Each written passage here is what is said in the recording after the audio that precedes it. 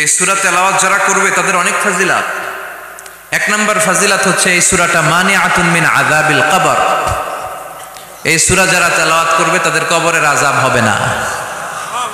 কবরে যাওয়া লাগবে কি লাগবে না? যাওয়া লাগবে না। কার কার হাত তোলেন? একজনও নাই, সবাই কবরে যাবেন। একদিন মাটির ভেতরে হবে ঘরে মন আমার, কেন বান্ধ দালান ঘর? প্রাণ পাখি উড়ে যাবে পিঞ্জর ছেড়ে, ধরা ধামে সবই রবে তুমি যাবে চলে। বন্ধু বান্ধব যত মাতা পিতা দ্বারা সুত সবই হবে তোমার পরে মন আমার, কেন বান্ধ দালান ঘর? একদিন মাটির ভেতরে হবে ঘরে মন আমার, কেন বান্ধ দালান ঘর? চিল্লায় বলেন ঠিক কিনা? যাওয়া লাগবে, কেউ বাঁচতে পারবে না। দাদা চলে গেল, বাবা চলে গেল, মামা চলে গেল, আমারও যাওয়া লাগবে। সেলিব্রিটি চাই, আরো সম্পদের পাহাড় চাই। ব্যস্ত, আমরা মহা ব্যস্ত। এত ব্যস্ততা কিসের? স্টপ, থামেন, অনেক হয়েছে। আন্না বসেন, একটু ভাবেন। দাদা চলে গেল, বাবা চলে গেল, মামা চলে গেল, আমাকেও চলে যেতে হবে। মাঝে মাঝে কবরস্থানে যাবেন, যে একটু দেখবেন এই কবরস্থানে শিশুরা শুয়ে আছে, কিশোররা শুয়ে আছে, আপনার মতো তাগড়া যুবকরা শুয়ে আছে, ওদেরও রক্ত গরম ছিল আপনার মতো। আজ ওরা নাই, সব শেষ। আপনাকেও যেতে হবে, এই কবরে আমাদেরকে যেতে হবেই। কবরের প্রশ্নের উত্তর দিতে হবে। চিল্লায় বলেন ঠিক কিনা? কবরে প্রথম প্রশ্ন করা হবে মার রব্বুক, তোমার রবের নাম কি? আমাদের রব কে? ওমা দীনুক, তোমার ধর্মের নাম কি? আমাদের ধর্মের নাম কি? বিশ্বনবীর চেহারা দেখিয়ে বলা হবে এই লোকটাকে তুমি চিনো কিনা? চিনি না আমরা? চাঁদের চেয়ে সুন্দর তুমি নবী আমার কমলিহিওয়ালা, দু জাহানের বাদশা তুমি প্যারা নবী সাল্লাল্লাহু আলা, দু জাহানের বাদশা তুমি প্যারা নবী সাল্লাল্লাহু আলা, চাঁদের চেয়ে সুন্দর তুমি নবী আমার কমলিহিওয়ালা। সুবহানাল্লাহ পড়ে। আমাদেরকে জিজ্ঞেস করা হবে রবকে, বলবো আল্লাহ। ধর্ম কি? বলবো ইসলাম। এই লোকটারে চিনো নাকি? আমরা বলবো চিনি, আমাদের প্রাণের নবী মুহাম্মদ সাল্লাল্লাহু। তিনটা প্রশ্নের উত্তর করতে পারলে এডিশনাল আর একটা প্রশ্ন, ওমা ইলমুক। এই তিনটা প্রশ্নের উত্তর জানলা কেমনে? নকল করছো নাকি? বাংলাদেশে নকল আছে না নাই? কোথায় নকল করে? হ্যাঁ, কিছু লিজেন্ড আছে দেখি, একেবারে জামার ভিতরে নকল, টুপির ভিতরে নকল, স্কেলের ভিতরে নকল, মৌজার ভিতরে নকল। আছে না নাই? কথা বলেন। ফেরেশতারা বলবে তুমি তিনটা প্রশ্নের উত্তর করলে কি করে? আপনাকে বলতে হবে আমি কোরআন থেকে শিখেছি, আমি হাদিস থেকে জেনেছি। চিল্লায় বলেন ঠিক কিনা? তখন ফেরেশতারা বলবে আহলান ওয়া সাহলান, মারহাবান, কংগ্রাচুলেশন, তুমি উত্তর করতে পেরেছো। ইফসাহু লাহু কবরুহু ৭০ যিরান, আপনার কবরটারে ৭০ হাত লম্বা বানিয়ে দেয়া হবে। ইফতাহু লাহু বাবুন ইলাল জান্নাহ, জান্নাতের দিকে দরজা করে দেয়া হবে। ইউলবাসু মিন লিবাসিল জান্নাহ, জান্নাতের পোশাক পরিয়ে দেয়া হবে। আর বলা হবে নাম কানাউমিল আরুস, বাসর রাতে কনেকে নিয়ে বর যেমনি শান্তির ঘুম, আরামের ঘুম দেয়, তুমিও ঘুম দাও, ঘুমাও। You should get some sleep now, you are very tired man. ঘুমাও, অনেক হয়েছে, ঘুমাও। তোমার এই ঘুম কেউ ভাঙাবে না ইসরাফিলের সিঙ্গার ফুৎকার ছাড়া। আল্লাহ লম্বা ঘুম যেন দিতে পারি তৌফিক দাও। আর যারা ইসলাম বিরোধী, কোরআন বিরোধী, বিশ্বনবী বিরোধী, তাদেরকেও প্রশ্ন করা হবে তোর রব কে? মার রব্বুক, সে বলবে লা আদরি, আমি কিছু জানি না, আমি মাফ চাই, দোয়াও চাই। কথা কন, জানি না, আমি কিছুই মনে করতে পারছি না, আমি কিছু জানি না, আমার ধর্ম নাই, কর্ম নাই, আমার ধর্ম যার যার, উৎসব সবার, আমার কোনো ধর্ম টর্ম নাই, আমার কোনো নামাজ রোজা নাই, আমার কোনো রব নাই। দ্বিতীয় প্রশ্ন ওমা দীনুক, তোর ধর্মের নাম কি? সে বলবে ধর্ম কি আমি জানি না, আমি ধর্মরে গালি দিতাম, আমি দুনিয়া ইসলাম রে বাস দিতাম, আমি আলেম ওলামাদের বিরোধিতা করতাম, আর শাহবাগের মঞ্চে উঠে ভাষণ দিতাম। আছে না নাই? সব গুমর ফাঁস হয়ে যাবে। ইয়াউমুত তাকাবুন। এরপর বিশ্বনবীর চেহারা দেখিয়ে বলা হবে এই লোকটারা চিনো নাকি? সে বলবে চিনি না, তবে আমার বন্ধুরা তার বিরুদ্ধে ব্লগে লিখতো, আমিও ব্যাড ব্যাড কমেন্টস করে দিতাম। এই লোকটার বিরুদ্ধে আমি কার্টুন বানাতাম, এই বিশ্বনবীর বিরুদ্ধে আমি কথা বলতাম। চিল্লায় বলেন ঠিক কিনা? ফেরেশতারা বলবে লা দারাইতা ওয়ালা তালাইতা, তুই তো কিছুই পারলি না, তুই তো কপাল পোড়া। ফায়ুতরাকু বিমাতারিকা মিন হাদিদ, লোহার হাতুড়ি দিয়ে পিটিয়ে ওর মাসেলগুলো থেতলে ফেলা হবে। ওয়ায়ুকালু লিল আরদি ইলতাইমি, কবরের দুই পাশের মাটির বলা হবে চাপ দে, এমন চাপ দিবে ফাতাখতালিফা আদলাউহু, ডান পাশের পাজরের হাড্ডি বাম দিকে ঢুকে যাবে, বাম পাশের পাজরের হাড্ডি ডান পাশে ঢুকে যাবে। কিয়ামত পর্যন্ত এই মারামারি চলবে। আল্লাহ এরকম ভয়ঙ্কর পরিস্থিতি থেকে আমাদেরকে বাঁচাও। ওই কবরের আযাব থেকে বাঁচার দরকার আছে না নাই? বিশ্বনবী বললেন যে ব্যক্তি রাত্রিবেলায় সূরাতুল মুলক তেলাওয়াত করবে তার কবরের আযাব হবে না। ইন্না হাযিহি সূরাতুন আযীমা মানিআতুন মিন আযাবিল কবর। এই সূরাটা এমন সূরা, সাধারণ কোন সূরা না। এই সূরাতুল মুলক যে রাত্রিবেলায় তেলাওয়াত করবে তার কবরের আযাব থেকে তারে বাঁচিয়ে দিবে কে? নাম্বার 1 ফাজিলাত, স্ট্যাটাস, মনে থাকবে তো? 2 নাম্বার স্ট্যাটাস শাফাআত লি সাহিবিহা। এই সূরাটা, এই সূরার তেলাওয়াতকারীর জন্য কিয়ামতের দিন সুপারিশ করবে। কোরআন সুপারিশ করবে, চারটেখানি কথা না। কোরআন যদি আপনার বিরুদ্ধে দাঁড়ায় আপনার জান্নাত ক্যান্সেল, আর কোরআন যদি আপনার ব্যাপারে আল্লাহর কাছে রেকমেন্ডেশন করে জান্নাত আপনার জন্য ওয়াজিব করে দিবে কে? এজন্য বিশ্বনবী বললেন শাফাআত লি সাহিবিহা, কিয়ামতের দিন তেলাওয়াতকারীর জন্য আল্লাহর কাছে সুপারিশ করবে। 2টা গেল। 3 নাম্বার বিশ্বনবী বললেন খাসামাত আন সাহিবিহা। এই সূরাটা কিয়ামতের দিন এই সূরার তেলাওয়াতকারীর পক্ষ নিয়ে আল্লাহর সাথে ঝগড়া করা শুরু করে দিবে। আল্লাহর সাথে ডিবেট করবে, ঝগড়া করবে, যতক্ষণ না হাত্তা আদখালাহুল্লাহুল জান্নাহ। হাদিসের টেক্সট হচ্ছে যে যতক্ষণ না আল্লাহ তাআলা তাকে জান্নাতে না ঢুকায় ততক্ষণ ওই সূরার তেলাওয়াতকারীর পক্ষ নিয়ে আল্লাহর সাথে বিতর্ক, ঝগড়া, তর্ক চলতেই থাকবে। সুবহানাল্লাহ। আরো আসতে বলেন। আবার বিশ্বনবী বললেন মান ক্বারা বিহা ফি লাইলাতিন ফাকাদ আকসারা ওয়া আতওয়াবা। রাত্রিবেলা এই সূরাটা যে তেলাওয়াত করবে পুরো রাত্রিটারে বরকতময় করে দিবে কে? এজন্য বিশ্বনবী আবদার করে, আবেদন করে আমাদের কাছে বলে গিয়েছেন, আমি চাই আমার প্রতিটা উম্মতের হৃদয়ে এই সূরাটা গাঁথা থাক। আমি চাই আমার প্রতিটা উম্মতের সিনার ভিতরে এই সূরার 30টা আয়াত গ্রথিত করা থাক। সুবহানাল্লাহ পড়ায়। মাত্র 30টা আয়াত মুখস্থ করতে রাজি আছেন? 1 মাসে কয়দিন? প্রতিদিন একটা করে আয়াত মুখস্থ করলে এই সূরা মুখস্থ করতে লাগবে কয়দিন? হ্যাঁ, হোমওয়ার্ক। এটা আপনাদের বাড়ির কাজ, যেহেতু ক্লাসে হোমওয়ার্ক দেওয়া যায় না। আরবিতে বলে আল ওয়াজিব আল মানজিলি। আমি গতানুগতিক তাফসীর করি না, আমি সমাজের খুঁতগুলো ধরে ধরে ডিসকাশনের মতো আমি করি। বিভিন্ন জেলায় যে ওখানকার ইয়াংদের সাথেও বসি, কথা বলি। এটাই আমার তাফসীর, এটাই কোরআনের এক্সপ্লেনেশন এন্ড ইন্টারপ্রিটেশন। এতেই মানুষ উপকৃত হয় বেশি। চিল্লা এখন ঠিক কিনা? তো এটা আপনাদের বাড়ির কাজ, মাইথার দিয়া বাসীদের বাড়ির কাজ। হায়াতে আল্লাহ বাঁচায় রাখলে আবার কখনো দেখা হলে জিজ্ঞেস করবো যে মুলক মুখস্থ হয়েছে কিনা। কে কে মুখস্থ করবেন না হাত তুলেন। সবাই করবেন। এবার কে কে মুখস্থ করবেন হাত তুলে আমার আল্লাহর দেখান। আল্লাহ তুমি কবুল করো। আরো জোরে পড়েন আমিন। হাত নামান। এই সূরাটা it's an eye opener for you. এটা আপনার চোখ খুলে দিবে। এই সূরাটা আপনার চোখকে খুলে দিবে, আপনার ঘুমন্ত বিবেককে জাগিয়ে তুলবে। স্রষ্টার ব্যাপারে আপনার যদি কোনো সাসপিশন থাকে, সন্দেহ থাকে, এই সন্দেহের পাহাড়কে ভেঙে এই সূরা চুরমার করে দিবে। চিল্লায় বলেন সুবহানাল্লাহ। আল্লাহ ডেকে বলে গোলাম, কিছু কিছু নাস্তিক আছে আমারে খুঁজে পায় না। এরকম কপাল পোড়া নাদান নাস্তিক বাংলার জমিনেও আছে না নেই?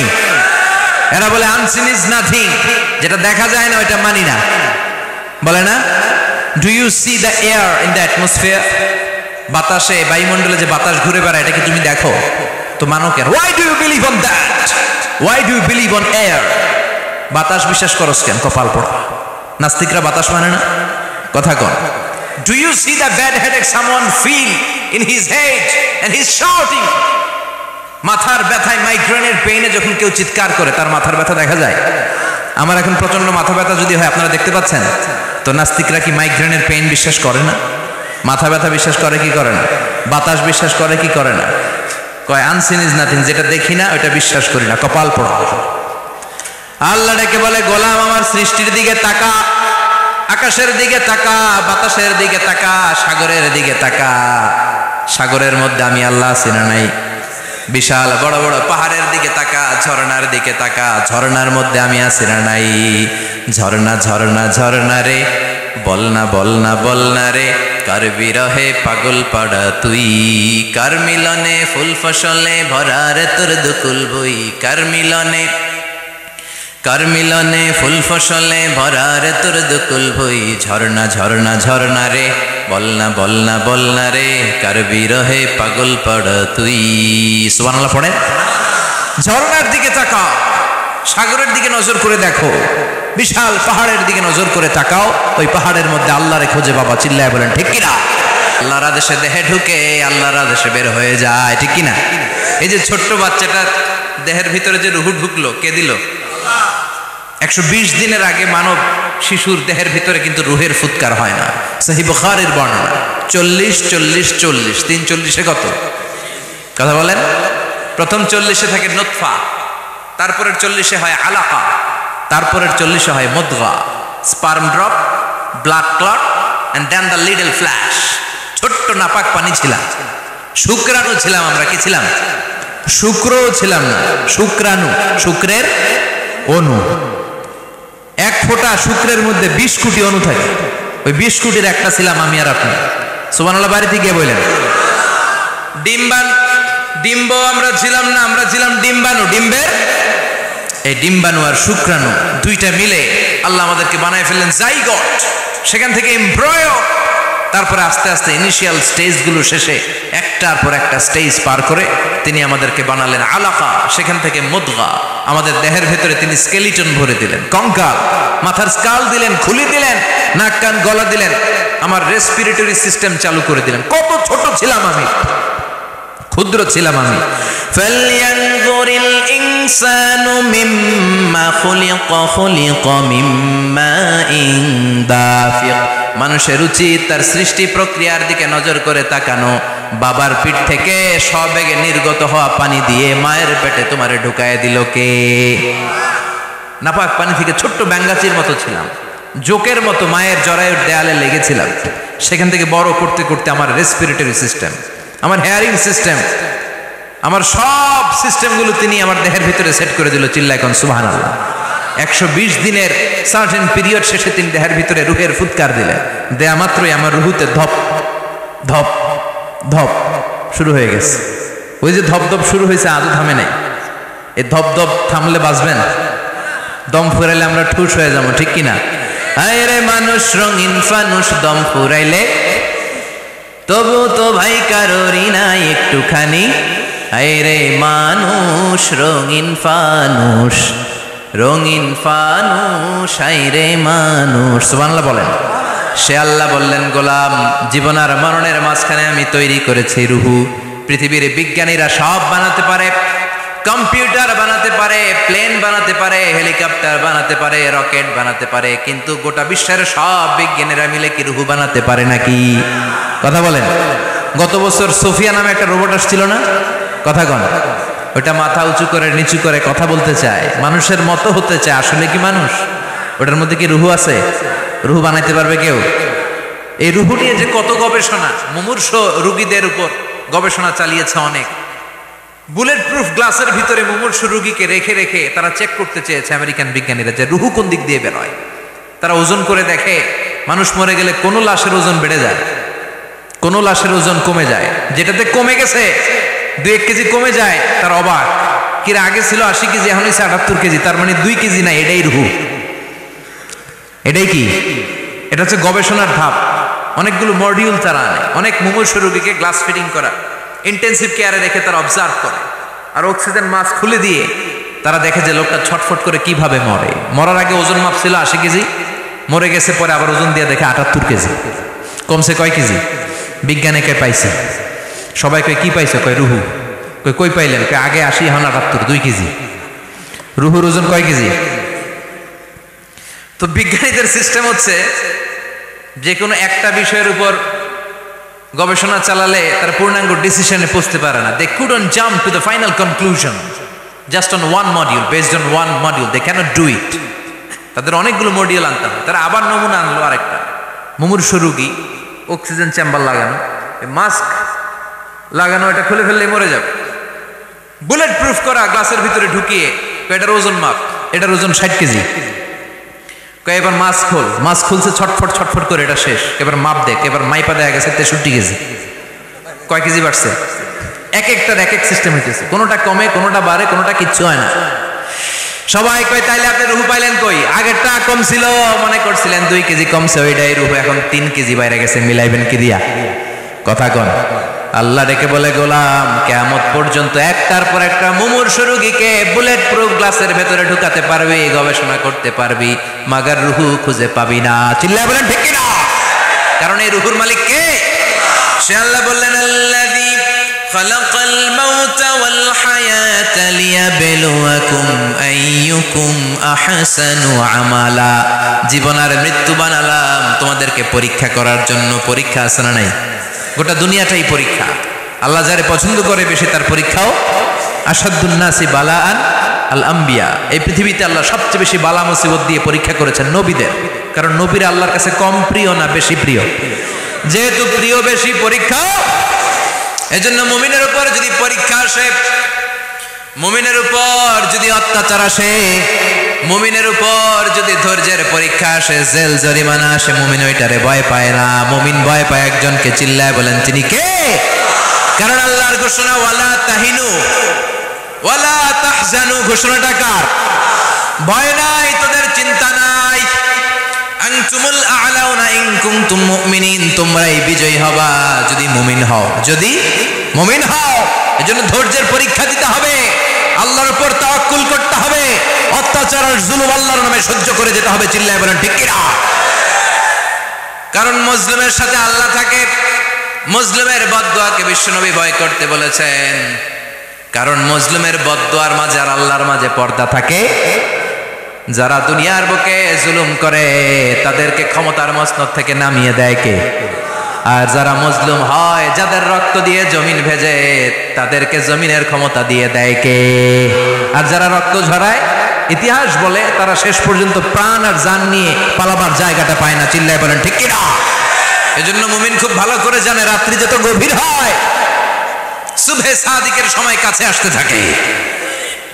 গর্ভবতী নারীর পেটের জ্বালা যন্ত্রণা, ব্যথার পেইন যত বাড়ে, নতুন মেহমান আগমনের সময় কাছে আসতে থাকে। তেমনি ইসলামের পক্ষের শক্তির উপর যদি অত্যাচার, অনাচার, স্টিম রোলার বেড়ে যায়, এটা প্রমাণ করে ইসলামের বিজয়ের সময় কাছে আসতে শুরু করেছে। চিল্লায় বলো ঠিক কি না? এজন্য রাব্বুল আলামিন ডেকে বলেন, গোলাম লিয়াবলুয়াকুম আইয়ুকুম আহসানু আমালা। কে ভালো আমল করো, কে খারাপ আমল করো, এজন্য আমি জীবন মরণ তৈরি করেছি। চিল্লায় এখন ঠিক কি না? এরপর আল্লাহ বললেন, ওয়ালাকাদ যায়্যানাস সামাআদ দুনিয়া বিমাসাবিহা ওয়া জাআলনাহা রুজুমান লিশ-শায়াতিন। সুবহানাল্লাহ বলেন। ওয়ালাকাদ যায়্যানাস সামাআদ দুনিয়া। মাইকম্যান কোথায়? সাউন্ডটা বাড়াও। এত দুর্বল কেন তোমার সাউন্ড? মনে হচ্ছে আমি মাইক ছাড়া কথা বলছি। সাউন্ডটাকে স্ট্রং করো। ওয়ালাকাদ যায়্যানাস সামাআদ দুনিয়া। I have beautified the closer sky with candles, with light and stars. আল্লাহ বললেন, আমি দুনিয়ার আকাশকে তারা দিয়ে সুশোভিত করেছি। আকাশে তারা আছে না নাই? এগুলো এমনি এমনি হয়েছে না? তৈরি করছে কে? বিশ্বাস হয়? কোনো সন্দেহ আছে? এখন তো লাইটিং ফাইটিং এর যুগে তারার যে কি সৌন্দর্য আমরা বুঝি না। আমরা যখন ছোটবেলা গ্রামে যেতাম, রাতের বেলা তারার মেলা, কি সুন্দর, একটার চেয়ে একটা সুন্দর। শুকতারা, ধ্রুব তারা, সপ্তর্ষিমণ্ডল, 7টা তারার একটা চেইন আছে, চিনেন এগুলো? কি সুন্দর তারা! এগুলো তৈরি করে রেখেছে কে? প্রথম আকাশের মহাশূন্যকে আল্লাহ এই তারকা দিয়ে বিউটিফাই করেছেন। It's a candle. আল্লাহ সাজিয়ে রেখেছেন। আমরা খালি চোখে যেটা দেখি এটা কিন্তু আকাশ না, এটা প্রথম আকাশ নয়। প্রথম আকাশ যে কত দূরে আমেরিকার নাসার বিজ্ঞানীরাও জানে না। খালি চোখে আমরা যা দেখি এটা প্রথম আকাশের মহাশূন্য। এর অনেক অনেক অনেক উপরে প্রথম আকাশ। এরপরে দ্বিতীয় আকাশের মহাশূন্যের স্তর শুরু, এরপরে দ্বিতীয় আকাশ, তারপরে তৃতীয় আকাশের মহাশূন্যের স্তর শুরু, তারপরে তৃতীয় আকাশ। একটার চেয়ে আরেকটা বড়। প্রথম আকাশের চেয়ে দ্বিতীয় আকাশ কত বড় বলি, আপনার হাতের আংটিটা যদি সাহারা মরুভূমিতে আপনি ছড়ে ফেলে দেন, পুরো মরুভূমির তুলনায় আংটি যত ছোট, আল্লাহর দ্বিতীয় আসমানের তুলনায় আল্লাহর প্রথম আসমানটা ঠিক তত ছোট। একটার চেয়ে একটা বড়, একটার চেয়ে একটা বড়। সূর্য দেখে আমরা অবাক হয়ে যাই, 9,30,00,000 মাইল দূরে, এই পৃথিবীর চেয়ে 13 লক্ষ গুণ বড়। এটার সানশাইন, আলো আসতে পৃথিবীতে 8 মিনিট 18 সেকেন্ড লেগে যায়। আমরা মনে করছি সূর্যই বড়। আমরা বসে আছি মাইথার দিয়াতে, তাই না? এই জায়গাটার নাম কি? মাইথার দিয়া। কি খালি এতটুকু প্যান্ডেলের সমান? কত বড় মাইথার দিয়া! এই পুরো মাইথার দিয়া কোন থানায় পড়ছে? দাউদকান্দি। দাউদকান্দি হচ্ছে কুমিল্লার 16টা থানার একটা, ঠিক কিনা? 16 থানা মিলে কুমিল্লার একটা জেলা। এরকম কয়টা জেলা আছে? 64 জেলা। এই 64 জেলা মিলে আমাদের সুজলা সুফলা শস্য শ্যামলা ডিজিটাল বাংলাদেশ। কথা কন। আর বাংলাদেশ হচ্ছে পৃথিবীর সবচাইতে বড় দেশ। হ্যাঁ, 64 জেলা, এরপরে ছোট। যাদের অ্যাটলাস ম্যাপ নিয়ে যাদের ধারণা আছে তারা দেখবেন বাংলাদেশ এই শব্দটা লেখার জায়গাও আমরা পাই না। মানচিত্রে বাংলাদেশ শব্দটা লেখার জায়গা পায় না। বিআরএ উঠে যায় ইন্ডিয়ার উপর, আর ডিএসএচ উঠে যায় আবার ইন্ডিয়ার উপর। মাঝখানের দুইটা অক্ষর বাংলাদেশের উপরে পড়ে। চিল্লায় বলেন ঠিক কিনা? কত ছোট দেশ। পাশের ইন্ডিয়া 20-25 গুণ বড়। ইউরোপ আমেরিকার অনেক দেশ আছে, আমেরিকায় বাংলাদেশের চেয়ে 100 গুণ বড়। কানাডা কয়েকশো গুণ বড়, রাশিয়া কয়েকশো গুণ বড়। এরকম প্রায় 200 দেশ নিয়ে পৃথিবীর স্থলভাগ, আর 70 ভাগ হচ্ছে শুধু পানি। এই সব মিলে আমাদের এই পৃথিবী। আর এত বড় পৃথিবীর চেয়েও নাকি সূর্য 13 লক্ষ গুণ বড়। তার মানে সূর্যই বড় না, সূর্যের চেয়ে অনেক বড় তারা আছে। সূর্যের পরে পৃথিবীর সবচেয়ে কাছের যে তারা বা স্টার, ওটার নাম হচ্ছে প্রক্সিমা সেন্ট্রাই। নাম কি? প্রক্সিমা সেন্ট্রাই। এরপরে আলফা সেন্ট্রাই এ, আলফা সেন্ট্রাই বি, ইটা ক্যারিনা, বেটেলজিউস, এরকম একটার পর একটা তারা। যেই সূর্য পৃথিবীর চেয়ে 13 লক্ষ গুণ বড়, বেটেলজিউস নামে একটা তারা আছে, ওটা সূর্যের চেয়ে 33 কোটি গুণ বড়। তার মানে কি বেটেলজিউসই সবচেয়ে বড় না, ছোট্ট একটা তারা। এই বেটেলজিউসটা খেয়ে ফেলাইতে পারে এরকম 1000 কোটি গুণ বড় সাইজের তারা আছে না নাই? এরকম কয়েক বিলিয়ন তারা নিয়ে আমাদের গ্যালাক্সি গঠিত। আমাদের গ্যালাক্সি, এটার নাম মিল্কি ওয়ে। এটার নাম কি? আমাদের গ্যালাক্সি। এই গ্যালাক্সিতে আমাদের অবস্থান। এরকম কত হাজার কোটি গ্যালাক্সি আছে আমেরিকার নাসার বিজ্ঞানীরাও জানেন। আমাদের গ্যালাক্সির সবচেয়ে কাছের যে গ্যালাক্সি, ওই গ্যালাক্সিটার নাম হচ্ছে অ্যান্ড্রোমেডা। কি নাম? অ্যান্ড্রোমেডা। আমাদের গ্যালাক্সি থেকে কেউ যদি কাছের গ্যালাক্সি অ্যান্ড্রোমেডাতে যেতে চায়, তার 2.5 মিলিয়ন লাইট ইয়ার্স সময় লেগে যাবে। কথাটা কঠিন হয়ে গেছে, আমি ভেঙ্গে বলি, তারপরে সুবহানাল্লাহ করেন। আমাদের গ্যালাক্সির নাম মিল্কি ওয়ে। মিল্কি ওয়ে থেকে যদি কেউ অ্যান্ড্রোমেডাতে যেতে যায়, কত সময় লাগবে? 2.5 million light year. Light year মানে আলোকবর্ষ। আলোর গতিতে যদি ছোটা যায়, 2.5 মিলিয়ন মানে হচ্ছে প্রায় 25 লক্ষ। তাহলে পৃথিবীতে সবচেয়ে দ্রুতগামী যে বিষয়টা আবিষ্কৃত হয়েছে সেটা হচ্ছে আলো। এই যে লাইট মারলে যে ছোটে, এই লাইট প্রতি সেকেন্ডে 1,86,000 মাইল বেগে ছুটতে পারে। 1 মিনিটে না, 1 ঘন্টা না, 1 মিনিটে না, 1 সেকেন্ডে আলো চলে যায় কয় মাইল? 1,86,000 কোটি। আপনি কল্পনা করতে পারেন? হয়তো মাথা নাড়াইতেছেন। এটা কি কল্পনা করা যাবে? আমার তো তার ছেড়ে যাচ্ছে। 1 সেকেন্ডে নাকি আলো ছুটে 1,86,000 মাইল বেগে। 1 সেকেন্ড শব্দ কইতে তো 2 সেকেন্ড লাগে। কথা কন। এর মধ্যে আলো চলে গেছে 1,86,000 মাইল। তো কোন রকেট যদি আপনি পান, যে রকেট দিয়ে সেকেন্ডে 1,86,000 মাইল বেগে রকেটটা ছুটবে প্রতি সেকেন্ডে, খেয়াল করেন, ঘন্টায় না, মিনিটে না, কিসে? সেকেন্ডে। যে রকেটটা সেকেন্ডে 1,86,000 মাইল বেগে ছুটবে, ওই রকেটটা দিয়ে আমাদের গ্যালাক্সি থেকে আমাদের পাশের গ্যালাক্সি অ্যান্ড্রোমেডাতে পৌঁছতে আপনার 25 লক্ষ বছর লেগে যাবে। সুবহানাল্লাহ বাড়িতে গিয়ে বললেন। এরকম বিশাল বিশাল তারা দিয়ে আমাদের আকাশটারে বিউটিফাই করেছে কে? এজন্য আল্লাহ বললেন ওয়ালাকাদ যায়্যানাস সামাআদ দুনিয়া বিমাসাবিহা ওয়া জাআলনাহা রুজুমান লিশ-শায়াতিন। আমি এই দুনিয়ার আকাশটারে সুন্দর সুন্দর তারকারাজি লাইটের মতো সেটিং করে সুশোভিত করেছি, আবার এই তারকা দিয়ে আমি শয়তানদেরকে প্রহারও করেছি। সুবহানাল্লাহ। শয়তানদেরকে আল্লাহ তারা মেরে আঘাত করে। সুবহানাল্লাহ বলে।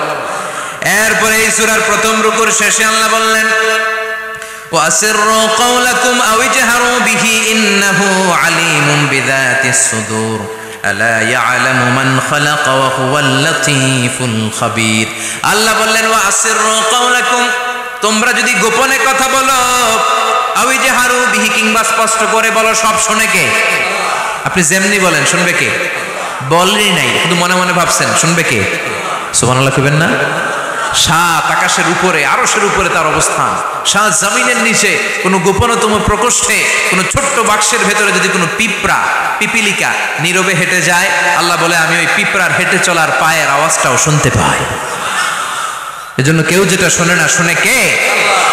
এরপর আল্লাহ বললেন হুয়াল্লাযী জাআলা লাকুমুল আরদা যালুলান ফামশু ফি মানাকিবিহা ওয়া কুলু মির রিজকি ওয়া ইলাইহিন নুশুর। সুবহানাল্লাহ বলেন। আল্লাহ ডেকে বললেন গোলাম, তোমাদের জন্য জমিনটারে আমি বিছানা বানিয়েছি।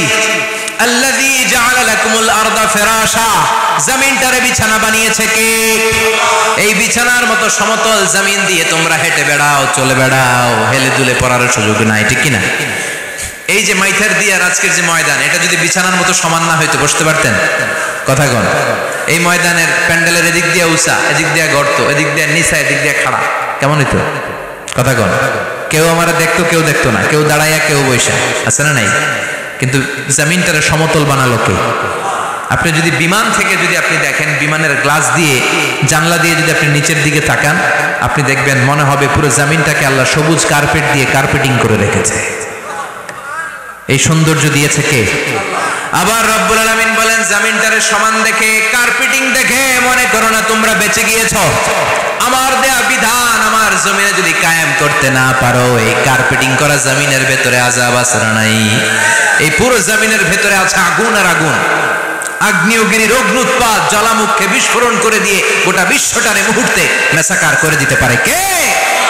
এজন্য আল্লাহ ডেকে বললেন গোলাম, আমিনতুম মান ফিস সামাই আন ইয়াখসিফা বিকুমুল আরদা ফাইযা হিয়া তামুর।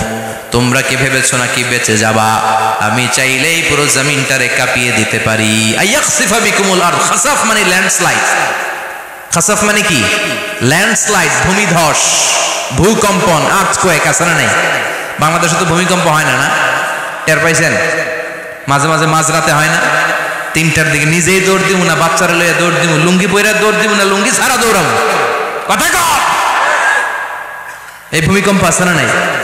আল্লাহ বলে মনে করো না জমিনটা সমতল, কার্পেটিং করে দিয়েছি, এই কার্পেটিং এর ভিতরেও আগুনের দলা আছে না নাই?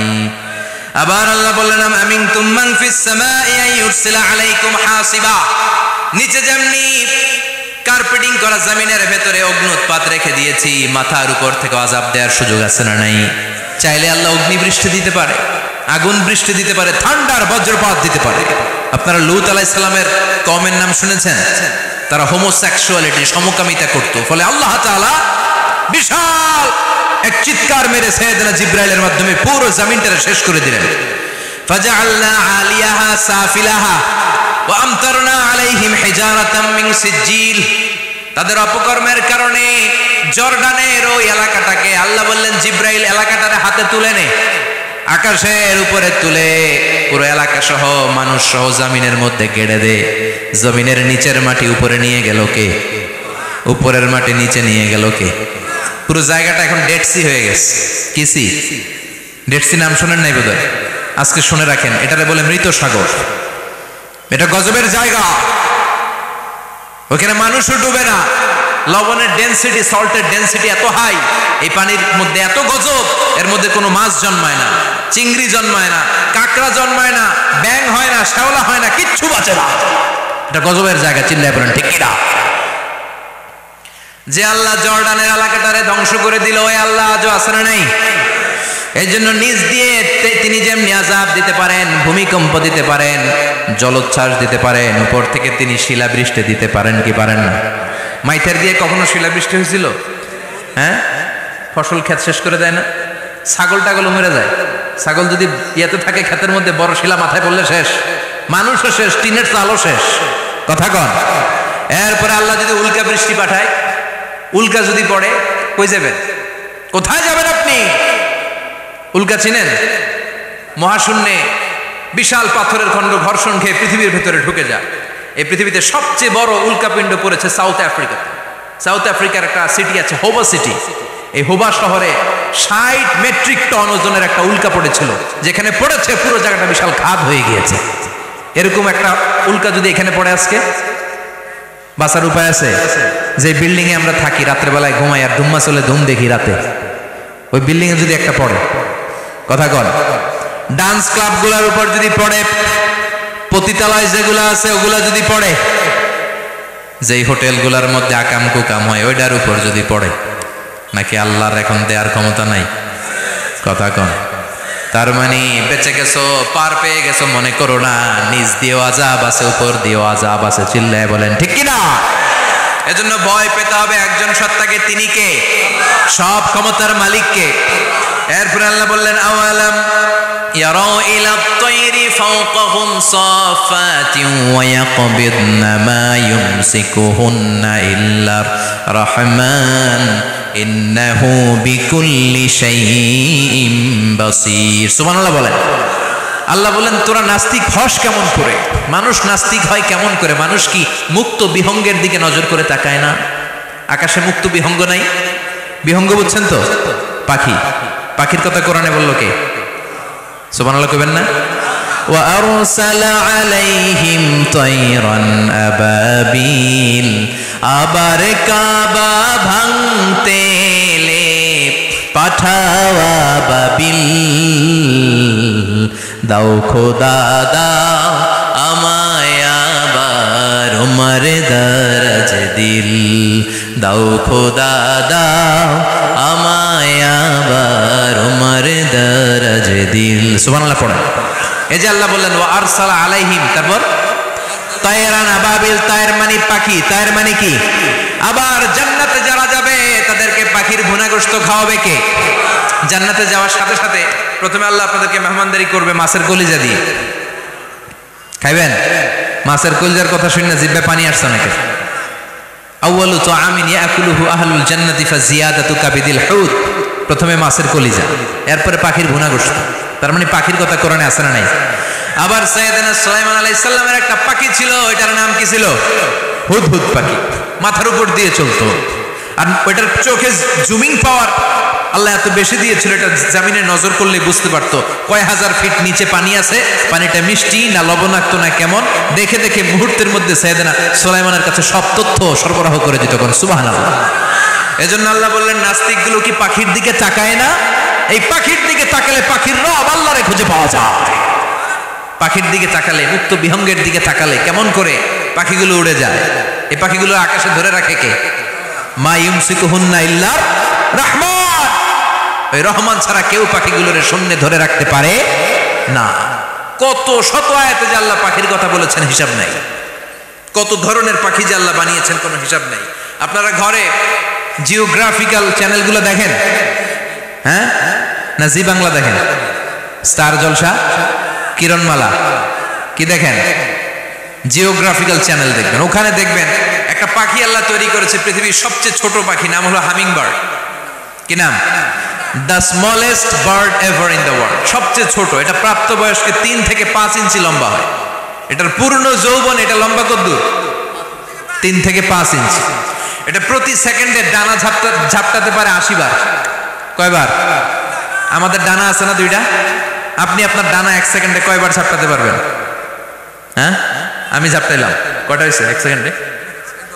হ্যাঁ, 3টা 4টা ঝাপটা দিতেই আমার সেকেন্ড শেষ। কিন্তু এই পাখিটা প্রতি সেকেন্ডে তার 2 পাখা ঝাপটায় কয়বার? পৃথিবীর সব পাখি সামনে ওড়ে, তো এই পাখি সামনে যেমনি ওড়ে, অ্যাট দ্য সেম টাইম এই পাখি পিছনের দিকে উঠতে পারে। সুবহানাল্লাহ। বাড়িতে যাই বললেন।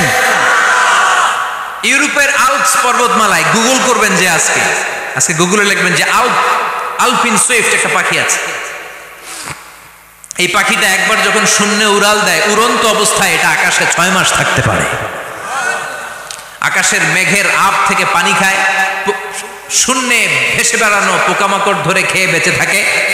6 মাস পর একবার জমিনে ল্যান্ড করে নামে কয়েকদিন থেকে আবার উড়াল মারে, আবার উড়াল মারলে আবার 6 মাস। আলপিন সুইফট। আরেকটা পাখি আছে, অদ্ভুত পাখি, নাম হোমা বার্ড। এই হোমা বার্ড উড়ন্ত অবস্থায় ডিম পেড়ে দেয়, আর ওই ডিমটা জমিনে পড়ার আগেই মাঝখানে ডিম ফেটে বাচ্চা বেরোয়, বাচ্চা উঠতে শুরু করে দেয়। এই পাখিগুলোর কথা কোরআনে আছে না নাই? এজন্য আল্লাহ বললেন আওয়ালাম ইয়ারাউ ইলা তাইরি ফাওকাহুম সাফাতিন ওয়া ইয়াকবিদনা মা ইউমসিকুহুন্না ইল্লার রাহমান ইন্নাহু বিকুল্লি শাইইন বাসীর। আল্লাহ বললেন নাস্তিকগুলো কি পাখির দিকে নজর করে তাকায় না? পাখির দিকে নজর করে যদি তাকায় তখন পাখির রব আল্লাহরে খুঁজে পাবে। চিল্লায় বলেন ঠিক কিনা? পাখিকে আরবিতে বলে তয়ের। সবাই বলেন পাখির আরবি কি? বিমানের আরবিও তয়ের। পাখি আরবি যা, বিমান আরবিও। এই পাখি নিয়ে গবেষণা করে বিমান বানাইছে। সুবহানাল্লাহ কইবেন না? আমরা বানাই নাই, আমরা তো খোঁচাখুচিতে ব্যস্ত, আমরা আছি ফতুয়া নিয়ে ব্যস্ত। তুই 20 কারণে কাফের, তোর চাচা 90 কারণে কাফের। তোর চাচা মরলে যেই জায়গায় কবর দেয়া হবে, ওই কবরের মাটির উপরে যে ঘাস উঠবে, ওই ঘাস যে গরু খাবে, ওই গরুর দুধ যে খাবে, ও কাফের। আছে না নাই? খালি কাফের ফতুয়া দেয় ব্যস্ত। আমরা ফতুয়া নিয়ে রইলাম আর ওরা সব আবিষ্কার করে ফেললো। উইলবার রাইট আর অরভিল রাইট, এই দুই ভাই 1903 সালে এই বিমান আবিষ্কার করেছে এই আয়াতের উপর গবেষণা করে। আওয়ালাম ইয়ারাউ ইলা তাইর, ওরা কি পাখি নিয়ে ভাবে না? আমাদের তো ভাবার সময় নাই, আমরা আছি মদ নিয়ে আর নারী নিয়ে আর জুয়াবাজি নিয়ে। চিল্লায় বলেন ঠিক কিনা? এমন অনেক মন্ত্রীদের হোটেল আছে যেখানে পতিতালয়ের আড্ডাখানা। চিল্লায় বলো ঠিক কিনা? মুসলমানরা আজ মদ আর নারী নিয়ে ব্যস্ত, আর ইহুদি খ্রিস্টানরা আমাদের সব ঐতিহ্যকে ধারণ করেছে। উইলবার রাইট অরভিল রাইট গবেষণা শুরু করে দিল। পাহাড়ে শুয়ে শুয়ে দুই ভাই খালি পাখির ছবি আঁকে, কেমনে পাখিগুলোর ডানা ঝাপটা মেরে ওঠে, কেমনে নামে। গবেষণা করতে করতে করতে প্লেন বানায় ফেললো 1903 সালে। আজ থেকে 100 বছর আগের স্টোরি শোনাচ্ছি আপনাদের। তখনকার বিমান এখনকার বিমানের মতো ছিল না। আপনি দেখবেন যে শুরুতে বিমান কেমন ছিল।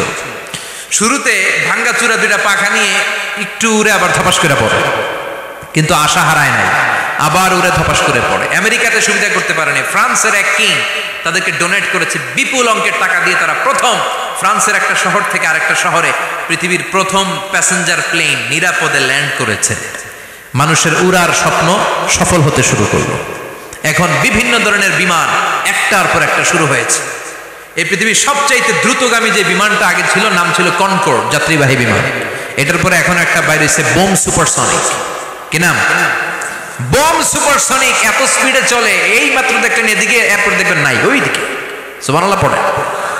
কি বিশাল বিশাল ডবল ডেকার গুলো নিয়ে শূন্যে উড়াল দেয়। A3 এয়ার বোয়িং A380 বর্তমান পৃথিবীতে সবচেয়ে বড় প্যাসেঞ্জার বিমান। কার্গো বিমান তো এগুলোর 7-8 ডবল বড় হয়। I am talking about the passenger plane A380। 525 জন যাত্রী নিয়ে এটা শূন্যে উড়াল দেয়। 525 জন যাত্রী, কেবিন ক্রু, পাইলট, বিমানের ওজন, খাবার দাবারের ওজন, ফুয়েলের ওজন, 525 জনের লাগেজ টাগেজের ওজন, এই সব নিয়ে শূন্যে উড়াল দেয়। সুবহানাল্লাহ কইবেন না? এই বিমান আবিষ্কারের আগ পর্যন্ত গোটা বিশ্বব্যাপী সব দেশে দেশে ছিল সেনাবাহিনী আর নৌবাহিনী। বিমান আবিষ্কার হওয়ার সাথে সাথেই শুরু হয়ে গেল বিমান বাহিনী, এয়ারফোর্স, মিলিটারি। এখন বোম সুপারসনিক বানায়, এখন ড্রোন হামলা করে, এখন মিসাইল হামলা করে, এখন স্যাটেলাইট পাঠায়। আমরাও পাঠাইছি। কি নাম? Bangabandhu satellite. We launching the Bangabandhu satellite channel last year. আমরা বঙ্গবন্ধু স্যাটেলাইটও পাঠাইছি উপরে। সবকিছু পাখির উপর গবেষণা করে হয়েছে। চিৎকার করে বলেন ঠিক কিনা? এজন্য আল্লাহ ডেকে বললেন, গোলাম ওরা কি পাখির দিকে তাকায় না? পাখির দিকে যদি নজর করে একটিবার তাকাতো, নাস্তিক আর নাস্তিক থাকতে পারতো না। এজন্য নাস্তিকদের জন্য সূরার ভেতরে ডোজ আছে, আই ওপেনার আছে। সর্বশেষ আল্লাহ একটা প্রশ্ন দিয়ে এই সূরাটা শেষ করলেন। প্রশ্নটা শুনবেন? শুনবেন সবাই। আল্লাহ বললেন কুল আরাআইতুম ইন আসবাহা মাউকুম গাওরান ফামান ইয়াতিকুম বিমাইন মাইন। বলো দেখি সবে শুকাইয়া যদি যায় এই পৃথিবীর পানি, তাহলে হেথায় তটনির ধারা কে দিবে সবারে আনি? কে দিবে আনি? একদিন সকালবেলা ঘুম থেকে উঠছেন, টয়লেটে যাবেন, মুখ ধুবেন, স্কুলে যাবেন, অফিসে যাবেন, কাজে যাবেন, যায় দেখেন টিউবওয়েল চাপতেছেন, পানি নেই। ট্যাপ ছাড়লেন, পানি নাই। চোখের মধ্যে ময়লা, নাকে ময়লা। টয়লেটে যাবেন, পানি নাই। পুকুরে নেমে দেখেন পানি নাই। বিশাল বিশাল মেশিন বসিয়ে মাটির নিচ থেকে ভূগর্ভস্থ পানি উঠানোর চেষ্টা করলেন, একটা পানি নাই। এক ফোঁটা পানি গোটা বিশ্বে কোথাও নাই। কে দিব পানি আপনারে? পানি সম্পদ মন্ত্রী দিব, ডোনাল্ড ট্রাম্প দিব, শেখ হাসিনা দিবে? কেউ দিতে পারবে? এক ফোঁটা পানি বানানোর ক্ষমতা আমাদের নয়, ঠিক কিনা? পানির বৈজ্ঞানিক নাম হচ্ছে H2O। কি নাম? এই দেশে H2 নিয়ে কত কথা আছে না নাই? হাইড্রোজেনের দুইটা মলিকিউল, অক্সিজেনের একটা মলিকিউল। এই দুইটা গ্যাস, হাইড্রোজেন আর অক্সিজেন, দুই গ্যাস একসাথে মিলাইলে কি হয়? কথা বলেন। মিঠা নদীর পানি। সুবহানাল্লাহ পড়েন। আল্লাহ বললেন ঘুম থেকে উঠে যদি দেখো পৃথিবীর সব পানিগুলো একেবারে পৃথিবীর নিচে চলে গেছে, কোন মাধ্যম দিয়ে এক ফোঁটা পানির জোগাড় আর বন্দোবস্ত করা যায় না, কে তোদেরকে পানি এনে দিবে? কথা কন। আল্লাহ ছাড়া এক ফোঁটা পানি এনে দেওয়ার মতো ক্ষমতা কারো আছে নাকি? আবার পানি থেকে পৃথিবীর সব কিছুরে বানালো কে? ওয়াজআলনা মিনাল মাই কুল্লা শাইইন হাই আফালা ইউমিনুন। আল্লাহ বললেন পানি থেকে গোটা বিশ্বের সব আমি বানালাম। সব জীবিত জিনিস তৈরি হয়েছে পানি থেকে। এটা কোরআনের কথা। কার কথা? আর ১৫০০ বছর পর বিজ্ঞানীরা এখন বলছে পানি থেকেই সব প্রাণ এসেছে। সুবহানাল্লাহ পড়ে। বিজ্ঞানীদের রিসার্চে এসেছে পৃথিবীর সর্বপ্রথম যে প্রাণীটার উৎপত্তি, এটার নাম নাকি অ্যামিবা। কি নাম? It's a very small unicellular organism in the world. এককোষী শৈবাল অ্যামিবা এসেছে পানি থেকে, ওদের কথা। তারপরে এসেছে জুপ্লাঙ্কটন, ফাইটোপ্লাঙ্কটন, ব্যাকটেরিও প্লাঙ্কটন, একটার পর একটা ডেভেলপ করেছে। সব এসেছে পানি থেকে। পানি নাই তো কিচ্ছু নাই। পানি হচ্ছে প্রাণের ব্লুপ্রিন্ট। চিল্লায় বলেন ঠিক কিনা? পানির মধ্যে সব প্রাণের অস্তিত্ব রেখে দিয়েছে কে? আবার ফলের মধ্যে আল্লাহ পানি দিয়ে বললেন আন্না সাবাবনাল মাআ সাব্বা। যেখানে যতটুকু পানির দরকার, রসের দরকার, সব রস দিল কে? ক্ষীরার ভিতরে পানি আছে না নাই?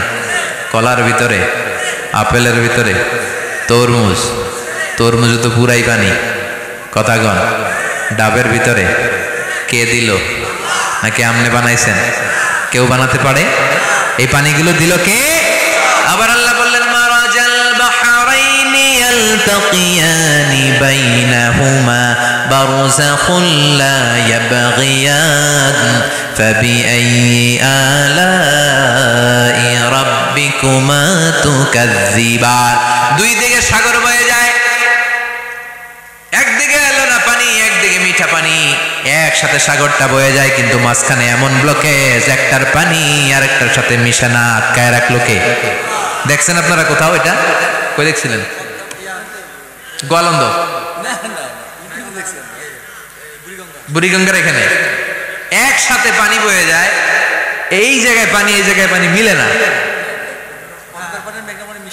মিশে না। দাউদকান্দির এখানেও আছে, মিশে না।